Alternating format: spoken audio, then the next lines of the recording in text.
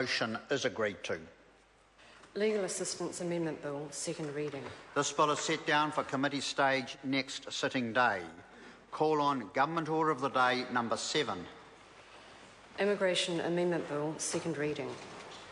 The Honourable Michael Woodhouse. Mr Speaker, I move that the Immigration Bill be now read a second time. This bill forms part of a package of measures aimed at deterring people smugglers and asylum seekers from making the highly risky journey to New Zealand by boat. The bill will also enable the effective and efficient management of a mass arrival to our shores, should one occur. The Government understands the complex challenges that the international community faces in terms of refugees and asylum seekers. Last year, the UNHCR estimated that there were 42.5 million refugees, asylum seekers and displaced persons worldwide. Our response to these challenges is significant.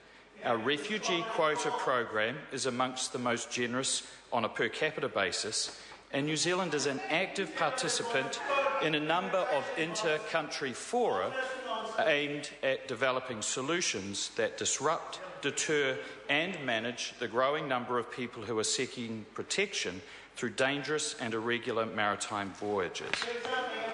Underlying this trend is the appalling reality of the high number of lives lost at sea. Since 2009, over 600 people are known to have lost their lives on their way to seeking asylum in Australia alone. While a boat of asylum seekers has not yet reached New Zealand, we know that New Zealand has been in the sights of the people who arrange these journeys. The Government has been saying for a long time now that it is a matter of when, not if, a mass arrival occurs. And the landing in Western Australia just last week of a boat from Sri Lanka holding signs saying they wish to come to New Zealand and flying a New Zealand flag clearly demonstrates and reinforces this fact. This is the 9th such documented case in recent years of boats arriving or being intercepted in Australian waters where the smugglers stated the destination was New Zealand. The denial by opposition MPs of the likelihood of an irregular maritime arrival is at best naive and at worst grossly irresponsible. This Government is preparing for this likelihood before it occurs, not waiting till it does. The policy package that this bill forms part of is about two things: deterring a mass arrival and managing a mass arrival should one occur. The measures to manage a mass arrival include detaining, if the member will listen, I'm sure he'll have his questions answered, include detaining people under a group warrant for up to 6 months and then extending the detention period for up to 28 days as determined by a district court judge. We know from overseas experience that asylum seekers who arrive as part of a mass arrival are unlikely to have travel documents and after making the long journey by sea in dangerous conditions are likely to need medical attention. It is in their best interest to be housed as quickly as possible so that they can receive the attention they need. And it is in New Zealand's best interests that these people are housed in a safe and secure environment, while their identity and status are determined, and any threat or risk to the New Zealand public is assessed. This is not arbitrary detention. This is to enable the effective and safe management of people. Mr Speaker, this is common sense. In most cases, people will be housed in facilities such as the Mangere Refugee Resettlement Centre. Unaccompanied minors will be exempt from the process measures in the bill. They will be well, the member needs to decide what position he's going to take. Either Mangere is a good place or it's not. The point is that these people will be housed in a centre that is appropriate to their level of risk and need, and it will not include children. There are provisions in the bill that apply to all asylum claimants, not just mass arrivals. These changes will ensure the efficient processing of asylum claims and subsequent appeals. I want to thank our support partners ACT, United Future and the Maori Party for their continued support of this bill. While supporting the bill at first reading, both the United Future and Maori parties had concerns about some aspect of the proposed changes. I'm pleased to note that these have been addressed in a cordial and cooperative manner, and both parties are supporting the bill at second reading. I'd also like to thank the previous Minister of Immigration, Honourable Nathan Guy, for his great work in getting the bill to this stage. My colleague David Bennett for his excellent work in chairing the Transport and Industrial Relations Committee, and the members of that committee for their work.